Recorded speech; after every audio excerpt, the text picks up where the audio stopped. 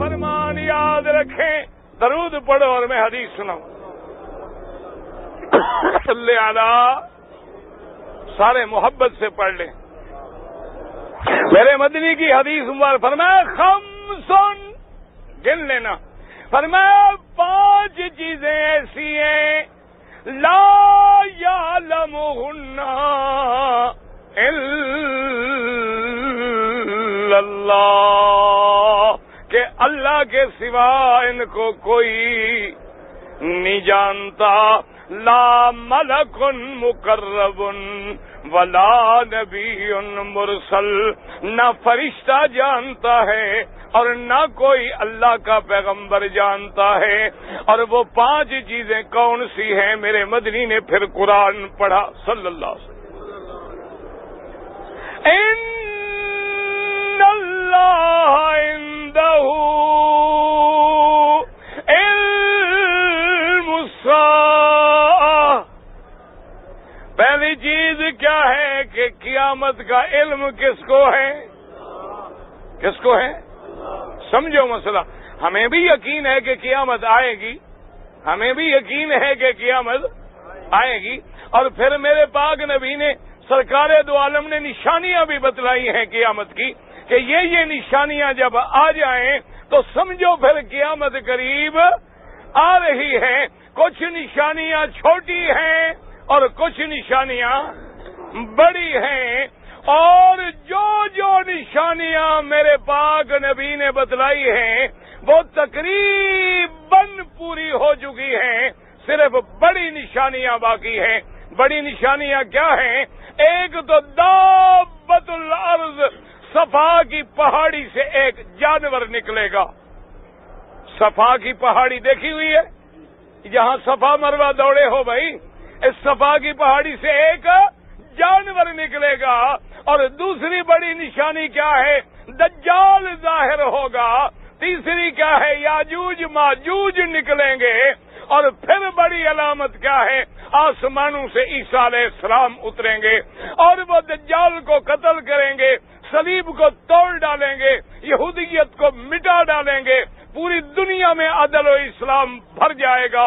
اس کے بعد ان پہ موت آئے گی اور وہ روضہ محمد مصطفیٰ میں دفن ہوں گے. یہ ساری نشانیاں میرے مدنی پاک نے بتلائی ہیں. اچھا، اور نشانیاں ہیں جو تقریباً ساری کی ساری گزر چکی ہیں. حضور نے ان نشانیوں میں فرمایا کہ جب سرزمین حجاز میں پانی اور درخت عام ہو جائیں، اور فرمایا جب سرزمین حجاز سونا چاندی اگلنے لگ جائیں، اور اسی طرح حضور نے فرمایا ایک وقت آ جائے گا کہ جب عورتیں جو ہیں وہ بالکل جاہلیت اولا میں آ جائیں گی، کہ بن سنور کے، میک اپ کر کے، سنگار کر کے، خوشبوئیں لگا کے، باریک کپڑے پہن کے بازاروں میں پھریں گی. اور فرمایا جب گانے والیاں زیادہ ہو جائیں گی، جب زنا عام ہو جائے گا تو سمجھو اللہ کے عذاب آنے والے. اب ایمان سے کہیں یہ ساری نشانیاں پوری ہو رہی ہیں کہ نہیں ہو رہی؟ ہاں جی. آج مسلمان ملکوں میں بھی گلی گلی میں شراب خانے ہیں، کوٹھی کوٹھی میں زنا کے اڈے ہیں. اور آج ان شراب خانوں کو بھی آگ لگاؤ، بازاروں کو بھی چھوڑ دو. آج میری بہن اور میری بیٹی اس لباس میں کعبے میں آتی ہے کہ اگر سورج کی لائٹ پڑے تو بدن نظر آتا ہے، اگر اوپر زمزم کا پانی گرا لے تو بدن نظر آتا ہے. خدا کی قسم ہے میری بہن اور بیٹی سن لیں، یہ اللہ کا کعبہ میرے سامنے ہے، میں نے قبر میں جانا ہے. جس میری بیٹی کے بال کھلے ہوئے ہوں یا بال نظر آتے ہوں اور لباس باریک ہو، بدن نظر آتا ہو، وہ اللہ کے کعبے کا طواف کرتی ہے. وہ سمجھتی ہے کہ میں ثواب کما رہی ہوں، اللہ کی لعنت برس رہی ہوتی. اس سے بہتر ہے کہ طواف نہ کریں، نہ آئیں، اپنے گھروں میں بیٹھی رہیں. اگر آنا ہے تو پھر اچھی طرح کپڑا اوڑھیں. اور حضور نے فرمایا کہ ایک وقت آ جائے گا کہ جب لوگ دوستوں کے ساتھ وفا کریں گے اور اپنے ماں باپ آپ کے ساتھ دغا کریں گے۔ وہ وقت آ گیا کہ نہیں آ گیا؟ حضور نے فرمایا ایک وقت آ جائے گا کہ بکریوں کے چرانے والے بلڈنگوں کی بلندی پہ فخر کریں گے۔ حضور نے فرمایا ایک وقت آ جائے گا کہ جب گھٹیا لوگ جو ہیں وہ اوپر آ جائیں گے اور عزت والے جو ہیں وہ نیچے آ جائیں گے۔ ایمان سے کہیں آج وہ باتیں ہمارے سامنے آ رہی ہیں کہ نہیں آ رہی؟ حضور نے فرمایا میری امت پہ ایک وقت آ جائے گا اسلام کا نام رہ جائے گا اور قرآن صرف کتابوں میں ہوگا، عمل کرنے والا کوئی نہیں ہوگا۔ آج ایمان سے کہیں اللہ کی شان ہے، 20 لاکھ آدمی حج پہ آئے، لبیک پڑھے، ایمان سے کہیں خدا سے مانگے اور پھر دعائیں منظور نہ ہوں، یہ کوئی بات ہے؟ کوئی ہو سکتا ہے کہ 20 لاکھ آدمی دعا کرے اور پھر نتیجہ نہ نکلے؟ وجہ کیا ہے؟ وجہ وہ ہو گئی، اور حضور نے فرمایا یہ بھی علامات قیامت میں ہیں، مولوی شہرت کے لیے حج کریں گے، بڑے آدمی جو ہیں وہ سیر و سیاحت کے لیے حج کریں گے، درمیانہ طبقہ جو ہے وہ تجارت کے لیے حج کرے گا، اور غریب جو ہے وہ بھیک مانگنے کے لیے حج کرے گا۔ حاجی کوئی ایک ہوگا۔ آج ایمان سے کہے ہمارے سامنے ہے کہ نہیں ہے؟ جتنے تمہارے بڑے آدمی آتے ہیں کوئی احرام باندھ کے آتا ہے، جی چھوڑو جی جدے سے احرام باندھیں گے، ہم سوٹ نہیں پہنے ہوں گے تو فرق آ جائے گا۔ جو بیچارے ڈپٹی دینے پہ آئے ان کو زبردستی احرام نہیں باندھنے دیتے، اور جی اترنے میں تکلیف ہوگی۔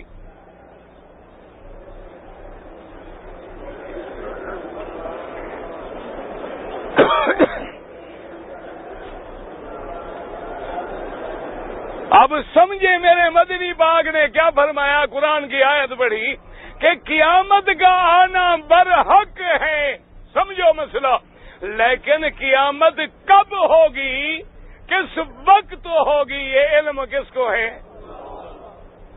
قیامت آئے گی، ہمارا ایمان ہے، لیکن کب اس کا علم کسی کو نہیں ہے۔ کس کو علم ہے؟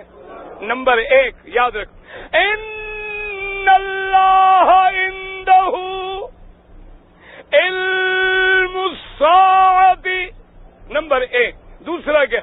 وَيُنَزِّلُ الْغَيْثَ، اور بارشوں کے برسنے کا علم کس کو ہے؟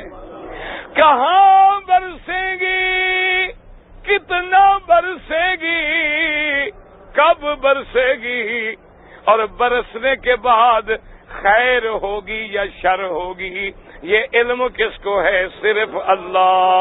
آپ نے دیکھا کہ چند دن پہلے کیسے بارش آئی، اس کے 2 دن بعد چند قطرے گرے، بس ختم ہو گئی بات۔ یہ سارے قطروں کے جاننے والا کون ہے؟ یہ 2 چیزیں۔ اچھا تیسری چیز، وَيَعْلَمُ مَا فِي الْأَرْحَامِ، اور ماؤں کے رحم میں، عورتوں کے رحم میں کیا ہے، بچہ ہے کہ بچی ہے، اچھا ہے کہ برا ہے، سفید ہے کہ سیاہ ہے، شقی ہے کہ سعید ہے، یہ علم کس کو ہے؟ جو ماں اپنے بچے کو پیٹ میں اٹھائے ہوئے ہے، 9 مہینے تک پیٹ میں ہے، اس کو بھی پتہ نہیں کہ بچہ پیدا ہونے کے بعد میرا فرما بردار ہوگا کہ نافرمان، عمر کتنی ہوگی، رزق کتنی ہوگا، شقی ہوگا، سعید ہوگا، یہ علم کس کو ہے؟ اللہ۔ کتنی چیزیں ہو گئی؟ ہاں جی، پہلی چیز کیا تھی؟ ابھی بھول گئے ہوں ماشاءاللہ، قیامت، دوسری بارش، اور تیسری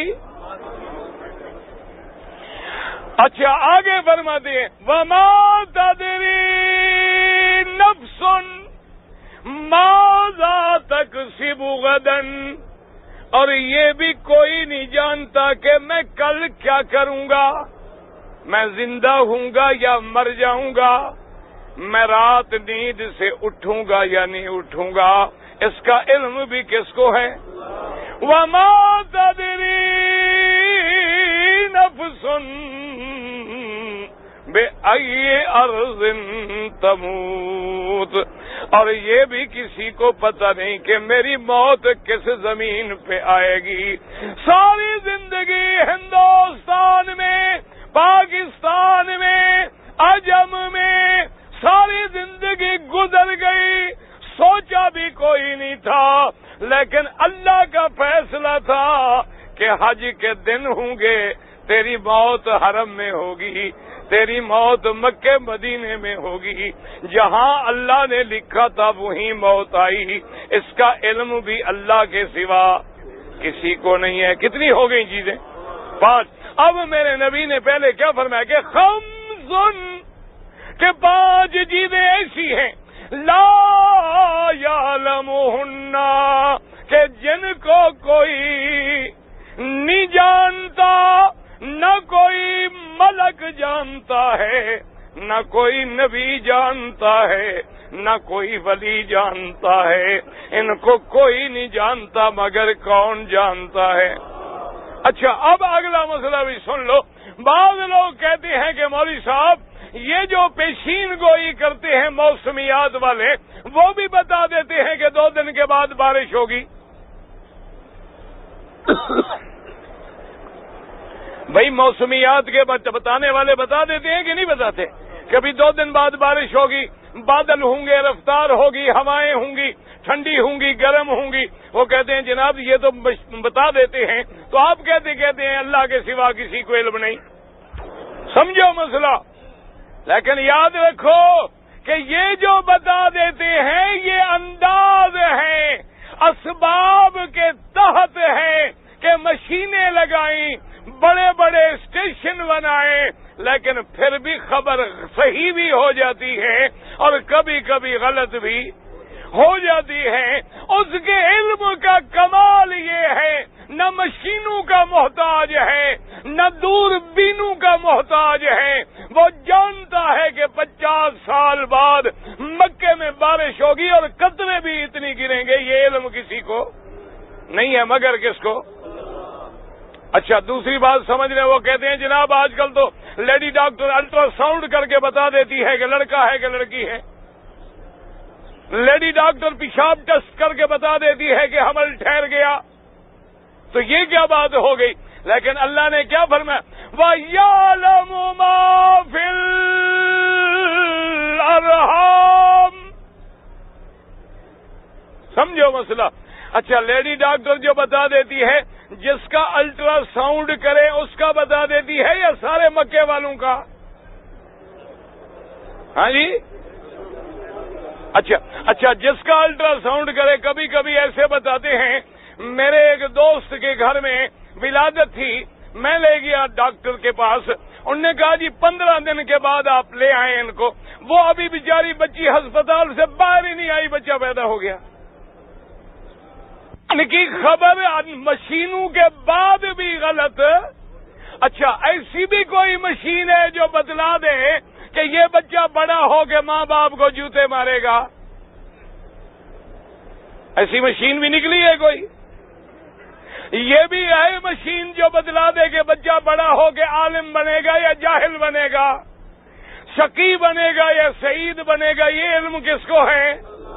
ہاں جی، تو پھر یہ دعوے کرنے کے کیا مطلب ہوا؟ اور یاد رکھو، ایک علم ہوتا ہے ما تحت الاسباب۔ کیا مانا؟ میرے ہاتھ میں گھڑی ہے، میں اگر دیکھ کے بتلاؤں کہ 8:05 ہوئے ہیں تو یہ علم غیب ہے؟ یہ بھی علم غیب ہے۔ اچھا، ایک دفعہ حجاج ابن یوسف بیٹھا تھا، ایک نجومی آ گیا، اس نے کہا جی میں ہر چیز بتا دیتا ہوں، پوچھیں کیا پوچھتے ہیں؟ تو حجاج اندر گیا، اندر ہاتھ میں کچھ کنکریاں گن کے ہاتھ میں لے آیا، پوچھا کہ اس ہاتھ میں کتنی ہے، اس ہاتھ میں کتنی ہے؟ اس نے کہا جی اس میں 10 ہیں، اس میں 11 ہیں۔ وہ تھیں بھی اسی طرح۔ وہ جب کھولا تو واقعی 10 اور 11 نکل آئیں۔ حجاج کو تو چکر آ گیا کہ بھی اس نے کیسے بتا دیا۔ وہ پھر اندر گیا، پھر کنکریاں لے آیا گن کے، پھر جناب پوچھا، وہ اس نے پھر ٹھیک بتا دی۔ پھر حجاج اندر گیا، پھر کنکریاں لے کے آیا، اس نے کہا بتاؤ، اس نے کہا جی اب میں نہیں بتا سکتا۔ سمجھو مسئلہ کیوں؟ تو جج نے کہا اب کیوں نہیں بتا سکتے؟ اس نے کہا پہلے آپ بھی تو گن کے لاتے تھے، میں تو آپ کا علم چرا رہا تھا، اب آپ بغیر گنے ہوئے لے آئے ہیں، اللہ کے سوا کون جانتا ہے؟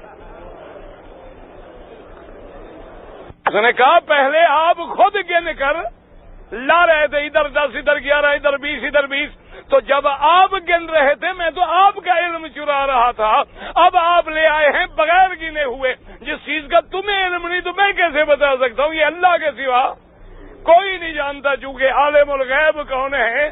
صرف اللہ کی ذات ہے۔ تو سمجھیں کہ اسی طرح بڑا مشہور واقعہ ہے، خلیفہ منصور بادشاہ تھا، اس کا زمانہ تھا، اس نے خواب دیکھا۔ اس نے خواب دیکھا اور خواب میں ملک الموت کی اس کو زیارت ہوئی۔ ملک الموت کہتے ہیں فرشتہ جو روح قبض کرتا ہے۔ ڈرو نہیں، خیر میرے وقت پہ آئے گا، جلدی نہیں آتا، جلدی نہیں آ سکتا اپنے وقت۔ حضرت علی جب جنگ لڑتے تھے نا تو بالکل دشمنوں کے اندر چلے جاتے، تو 1-2 دفعہ دوستوں نے روکا، انہوں نے کہا حضرت علی مہربانی کرو، یہ کیا کرتے ہو؟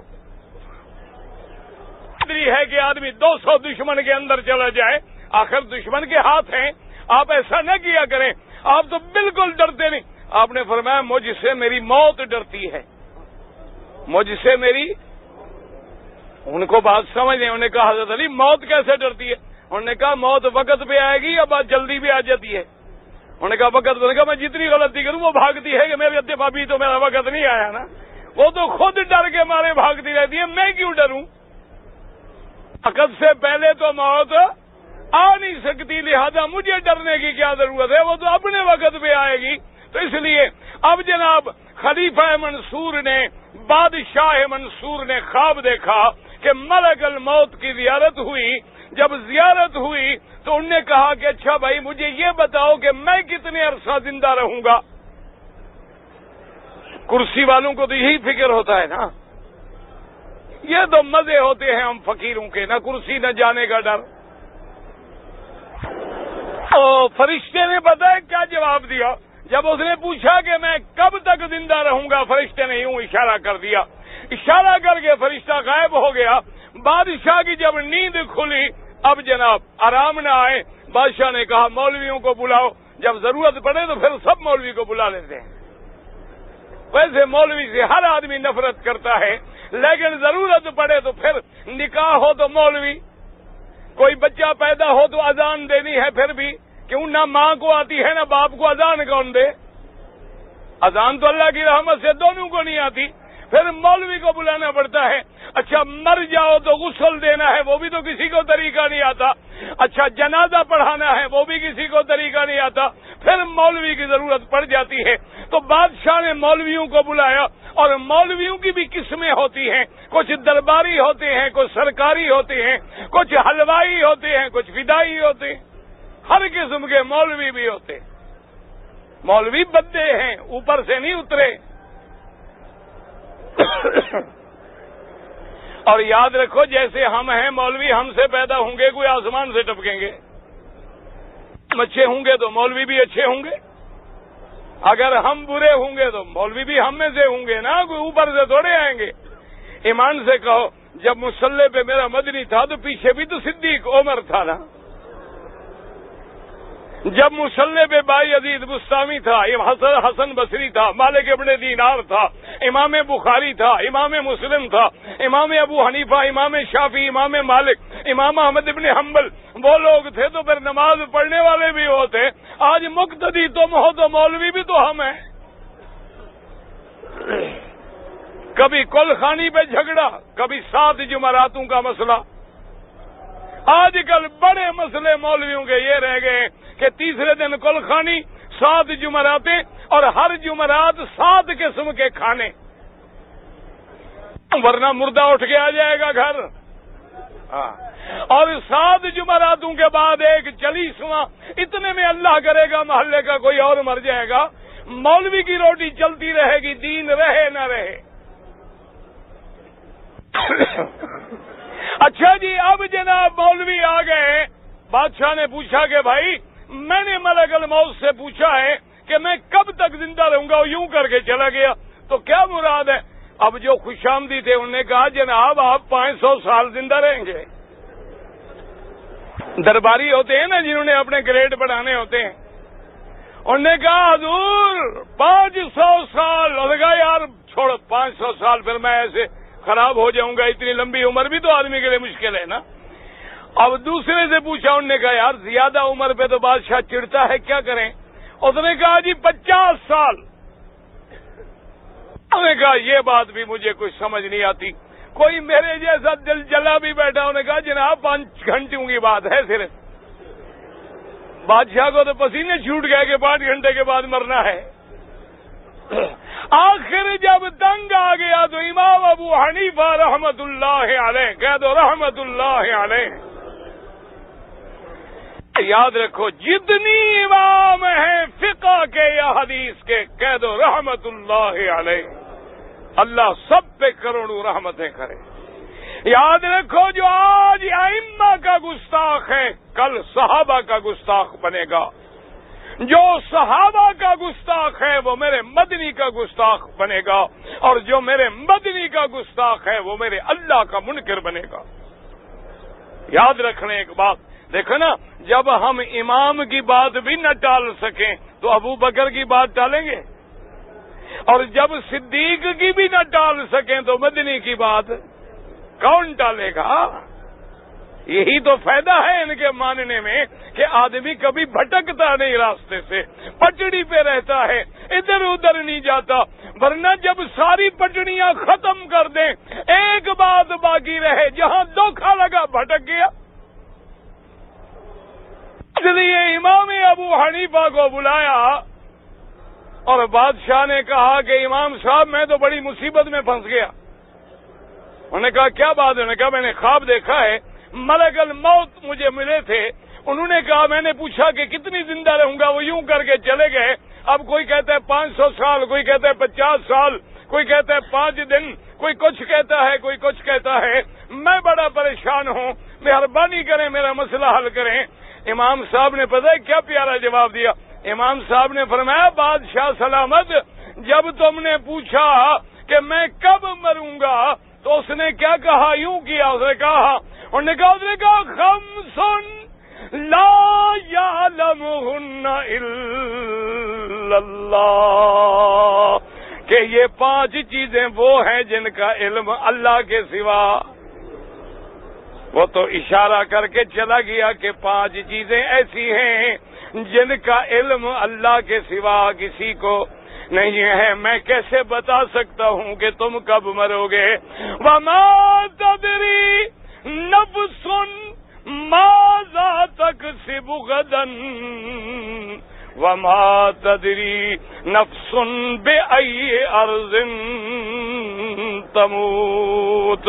اللہ فرماتے ہیں کہ تم بندہ کل کیا کرے گا یا کس زمین پہ موت آئے گی، یہ ایسی چیز ہے کہ جس کا علم اللہ کے سوا کسی کو نہیں ہے.